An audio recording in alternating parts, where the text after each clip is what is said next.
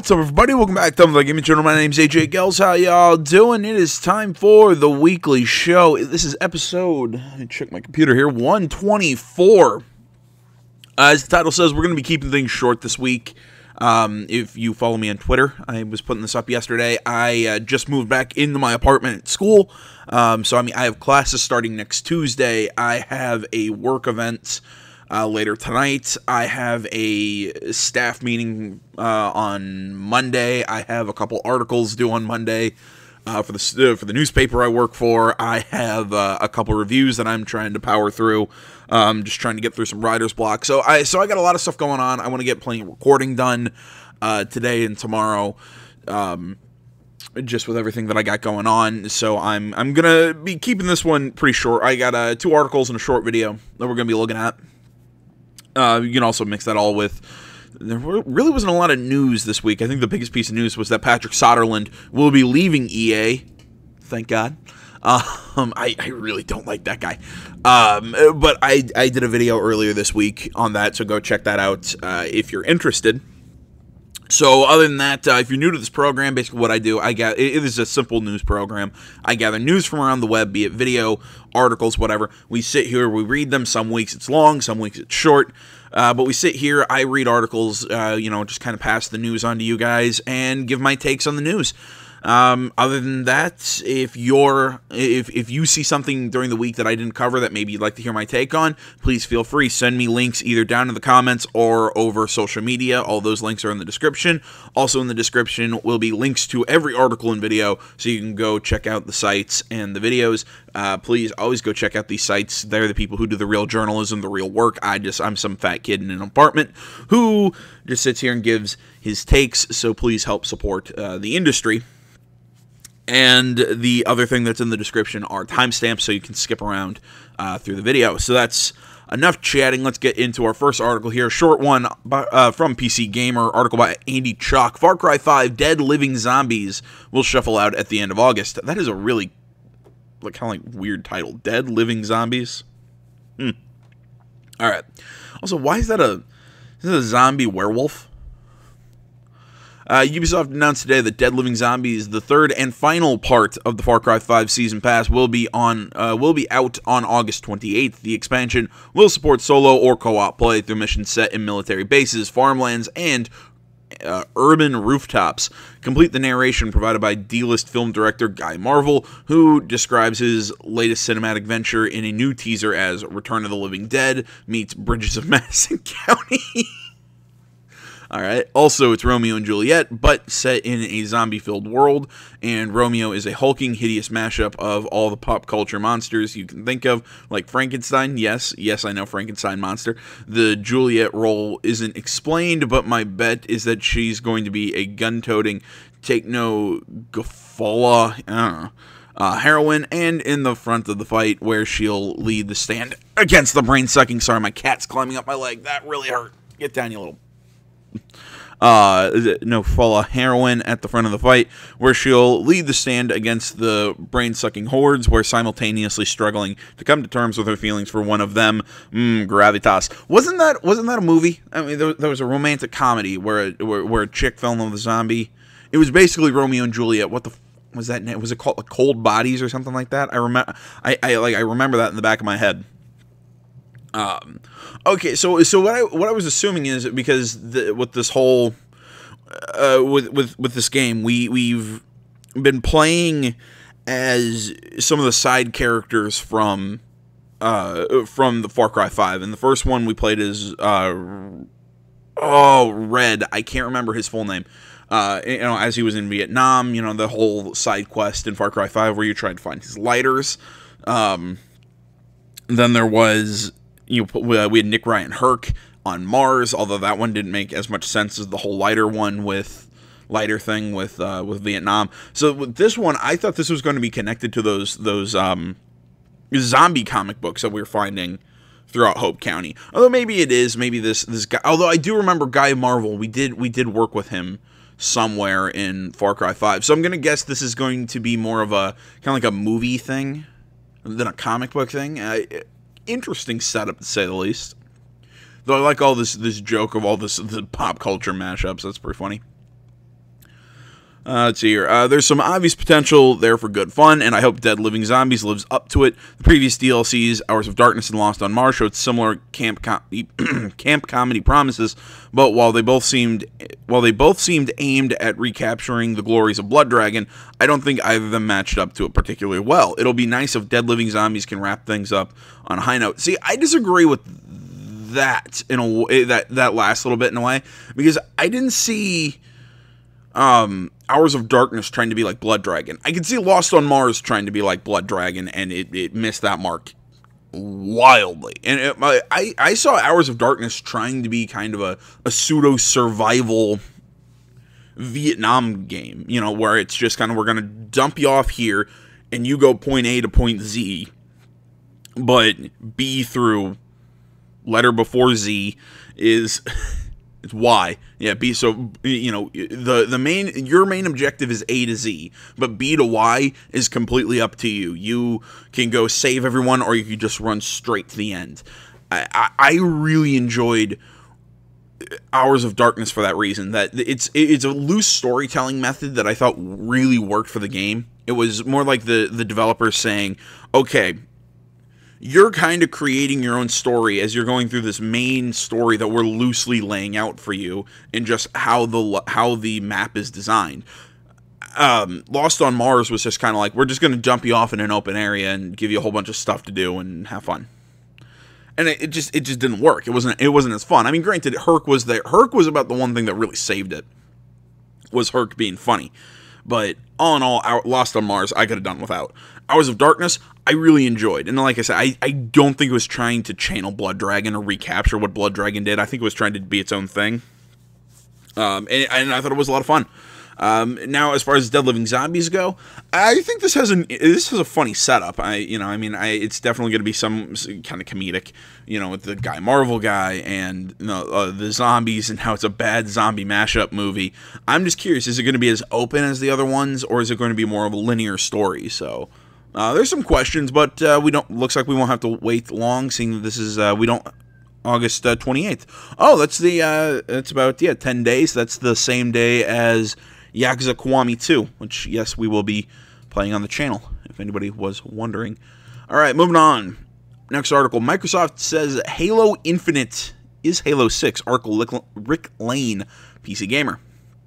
Microsoft has stated, that Halo fans should think of Halo Infinite as Halo 6, despite the game not actually being called Halo 6. Speaking during a recent Mixer broadcast, 343 Studios' Jeff Easterling said, and I quote, "You should just consider it Halo 6. Don't think of it as a weird prequel kind of thing. It's the next story. It's the next chapter in what's going on," end quote. Halo Infinite was announced at this year's E3, but apart from a trailer showcasing the 343's new engine, Slip Space, along with the fact that it's coming to PC, little else about the game was revealed.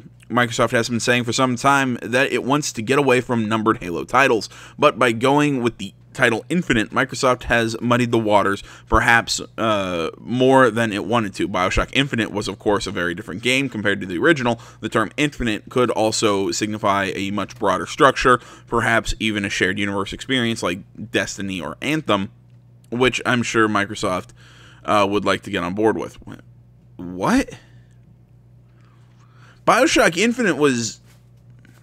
Okay, I have no idea where this guy was going. Maybe I'm dumb and I'm missing something here, but the term Infinite with BioShock, I always took that to mean it's with the whole infinite number of dimensions and universes, because that's what we saw. Booker was...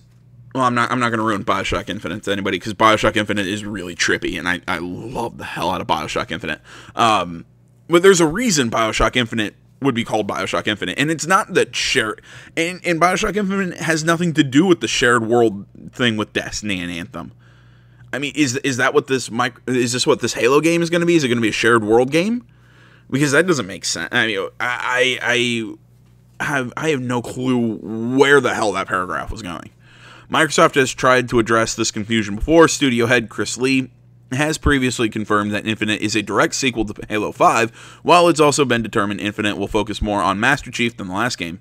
But 343 has also said it's, and I quote, making changes to how we approach things, end quote, and wants to take players in, and I quote, new and unexpected directions, end quote. Now Easterling is saying that Infinite is, for all intents and purposes, Halo 6. I'm getting a headache. Anyway, to clarify, you should think of Halo Infinite as Halo 6, even though it's not called that, and you'll definitely be getting more of what you expect from Halo, but in a different way that's new and unexpected. Is that clear? I think the writer makes a good point there, that this is just kind of confusing for no good reason. Here's going to be my interpretation. I think that they're going to I mean, obviously this is Halo 6, like they're saying, so it's a direct sequel to 5. So, you know, oh, great, because honestly, I didn't find 5 to be that great. Look, I played Halo all the way up to 3, and then I basically stopped playing Halo, and then I've seen Let's Plays for 4 and 5, and it's not grabbed me like the original Halos. Granted, the original Halos never grabbed me. I've never been, like, a super Halo fan. But this one, obviously, is going to be a direct sequel. So, okay, so take that for what you will. But the whole new and, the new direction thing, that could mean a lot of different things. I'm going to guess it means we're going to see more of they're going to try and break away from that linear kind of path. Maybe do something kind of like The Last of Us and not make it a completely linear experience, but make it a semi-open experience, if that makes sense. It's going to be an more of it's not going to be an open world, but there's going to be a straight line path through the game, but there might be little alleyways to go explore, or maybe there's going to be ways to do collectibles. I don't know. I'm just throwing out an idea. I'm going to guess that they're going to break away from that more strict linear structure and maybe go a little bit more open. Maybe that's what they're doing. I'm not entirely sure, but dear God, I hope that they don't go to a pure, like, shared open world. I've shared my opinions of those shared world games. I think they're a cool idea in theory. In execution, I don't think they ever really work, and my biggest problem with them is I think that the market saturation with them. I think there's so freaking many of them, and I look at them kind of like MMOs. There can't be 5 or 6 of them existing at once. There's got to be 1 or 2. And I don't think companies are realizing this, and they're all making them, and I don't know. I think those games' days are numbered, because I think people are going to get tired of them. What I'm really surprised, though, in that same kind of theory, a little bit of a tangent before we go into our last little bit, is that we've not really seen another hero shooter. We've not seen a continuation off of the success of Overwatch. I mean, granted, there was, Battleborn, but Battleborn, that thing's big problem was it came out right next to Overwatch and just completely tanked. I'm surprised we've not seen another game try and get in on that kind of, well, I guess we have seen other games try and get it, because we had Lawbreakers, because that was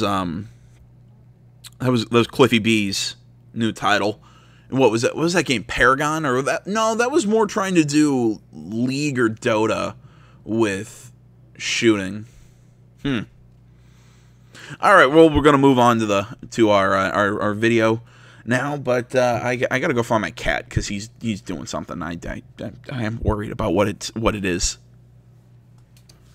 All right, well, I can't find the little bastard, but I think the sounds that I'm hearing, at least, I think that's there are new people moving into my complex, so I guess it's maybe not my cat, but you know, it's kind of like a shark. I can't find him, but I know he's doing something. It's kind of freaky. All right, we're going to take a look at our final video here. This is a video from IGN.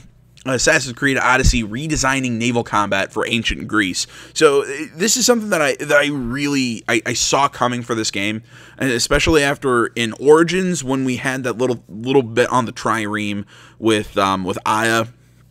Mix that with the fact that this game is taking place in ancient Greece, so where naval combat was really a big thing. So it would really surprise me if we didn't have naval combat in a ship. So kind of what I'm going to be drawing the comparison to. This is like Origins was kind of like 3, where it kind of dipped its toe in the water, introduced it a little bit, like the new ideas. And this game is like 4, where it completely throws it out to the player. I mean, I don't think it's going to be exactly like 4, because I'm not sure how much pirating we're going to do. But as usual, I've not seen this video. We're coming in. This is my hot takes, if you will. Let's get into it. Game director on Assassin's Creed Odyssey. Seamless open-world naval gameplay returns to Assassin's Creed in epic fashion in Odyssey. The player's trireme the Adrestia is fast and agile warship perfectly suited to the naval combat of 431 BCE Greece.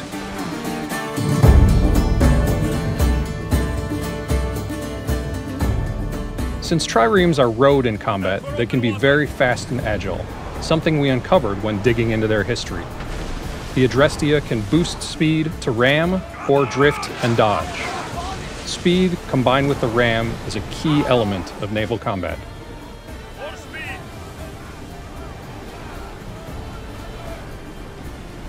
When enemy ships are cleaved in half, the pieces remain dynamic, so you can dive down for extra treasure if you're willing to brave the sharks. Oh, that's cool. In addition to the Okay, so that's a little different than 4, because when you sank a ship in 4, just little bits of what am I thinking of calling them? Little bits of resources would float to the top. So in this one, when you cut it in half, those halves are still there. So you actually have to go and explore the broken half. Okay, and so that's a new take. It's interesting. Arrows and javelins are your core weapons. As enemy ships become damaged, their hulls deteriorate, creating weak points that players can target for extra damage. With arrow volleys or javelin shots, your basic shot is wide, but can be adjusted tighter to deal more damage to a smaller area. Both yeah, ranged weapons can be upgraded to fire more volleys that do more damage. Okay, this is a lot of like what we saw in Origins. I'm not surprised. I figured that we'd see a lot of similarities. Key to the naval loop is using fire attacks. Fires burn the ship, causing it to eventually become fully inflamed and temporarily incapacitated as the crew attempts to put out the fire. This creates an opportunity to launch a broadside or escape.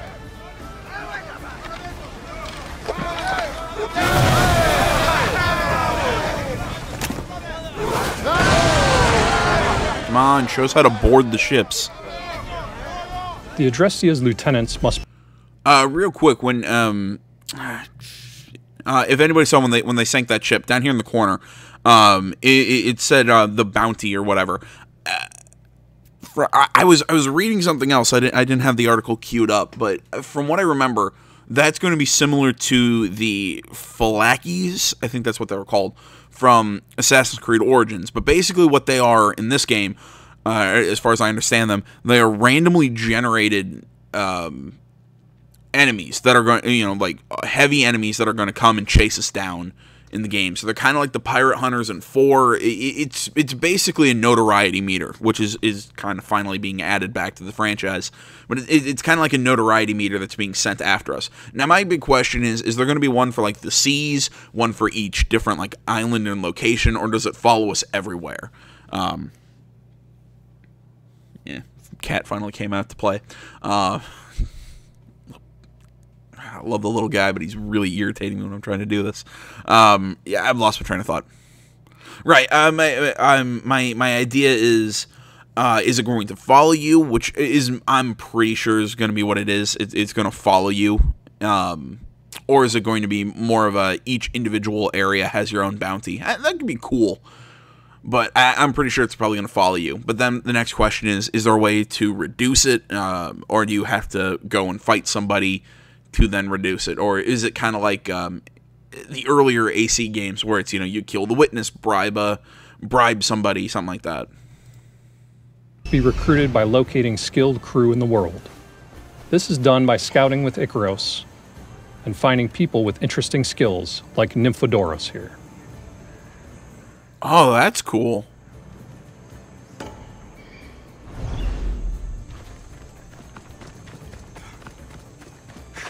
Is this going to be like MGS5? I should be careful. High security here. Oh, neat! To recruit them... Oh, that's really cool. If anybody caught that, that looks like it's like a stalking zone for climbing up walls. Neat. I really like the stalking zones, like how they did them in the last in AC Origins, where they weren't necessarily zones that you walk in and immediately go crouch. They were just high grasses. They were a lot more natural in the environment, and I think this is a similar thing. I really like that. That's neat. But yeah, I got a very strong feeling that this is going to be very Metal Gear Solid 5, where you're going to kidnap him and he's just going to be part of your crew now. Sneak up on them and knock them out to pacify them.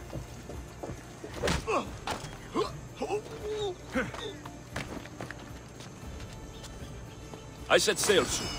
I want you to be with me when I do. Once knocked out, you send them back to the Adrestia, where Barnabas, your ship captain, convinces them to join, with a little monetary compensation. Really? That's how they do it? Some Okay, lieutenants that's can a little... also be recruited in more peaceful ways, but all must be paid to join. Once assigned to your ship, the lieutenants will join in boarding and become available to join you in combat with the Call to Arms ability.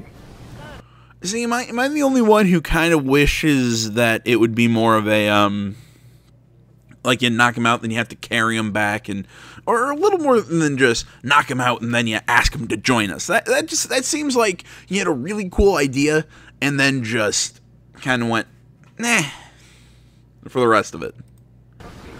Lieutenants come in many different rarities, similar to gear. From rare to epic to legendary, different lieutenants provide different benefits to your ship. The hell is that? I'm sorry, guys. I think somebody's like nailing something into a wall. The annoying parts of living in an apartment. They also allow you to customize the way your ship looks. Ooh. Oh, I like that logo. The bird carrying off the snake like that.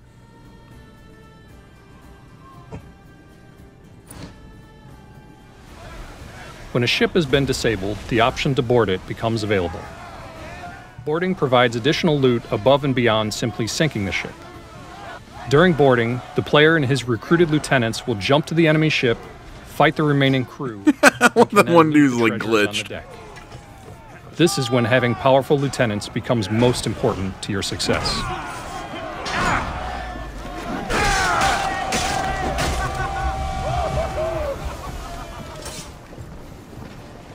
Okay, so it's similar to 4. Except everybody doesn't come with you. Alpha ships are the elite of the sea. They sport unique visuals and will provide the biggest naval challenges of the game.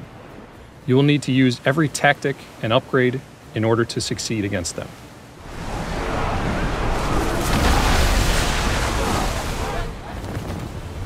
But combat is only a part of the naval experience. Since you can seamlessly enter and exit your ship, the world is yours to discover.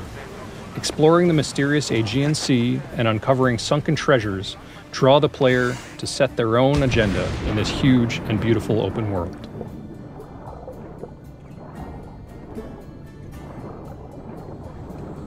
But that beautiful world is also home to many dangerous creatures as well. Bunch of sharks.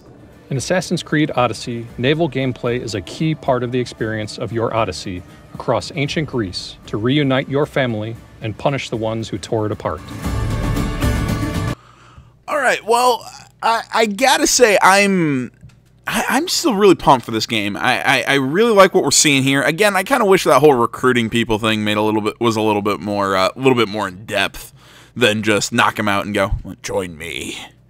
But I'm really liking what I'm seeing. I mean, I wasn't a super big fan of the combat itself in Assassin's Creed Origins. It was just everything to do with the arrows and the spears and you know, the arrows and spears thing in this one. I'm a little lukewarm on just because I like cannons, but I get it. It's a different time. You know, it's a time period before they use cannons. So I mean, for what we're seeing, I really like the idea. I like the lieutenant idea. I'm really interested to see what kind of customization options we're gonna get for the ship and all that. You know, getting to know your crew and your lieutenants. I kind of like how they're like people now. I mean, that's really interesting. If we're gonna have to manage like crew size like we did in 4, There's a couple questions that I have, but I mean we don't have to wait long. I mean, what, the game's coming out late October? I think that's when Odyssey's coming out. Yeah, I'm pumped for Odyssey. I'm interested to see what where we're gonna go. I also like how they're fusing the naval kind of exploration and combat of 4 with the underwater exploration of Origin, so I can jump off my ship. Like, I don't have to go to an area, get in the diving bell, and go down. I can just jump off my ship and explore.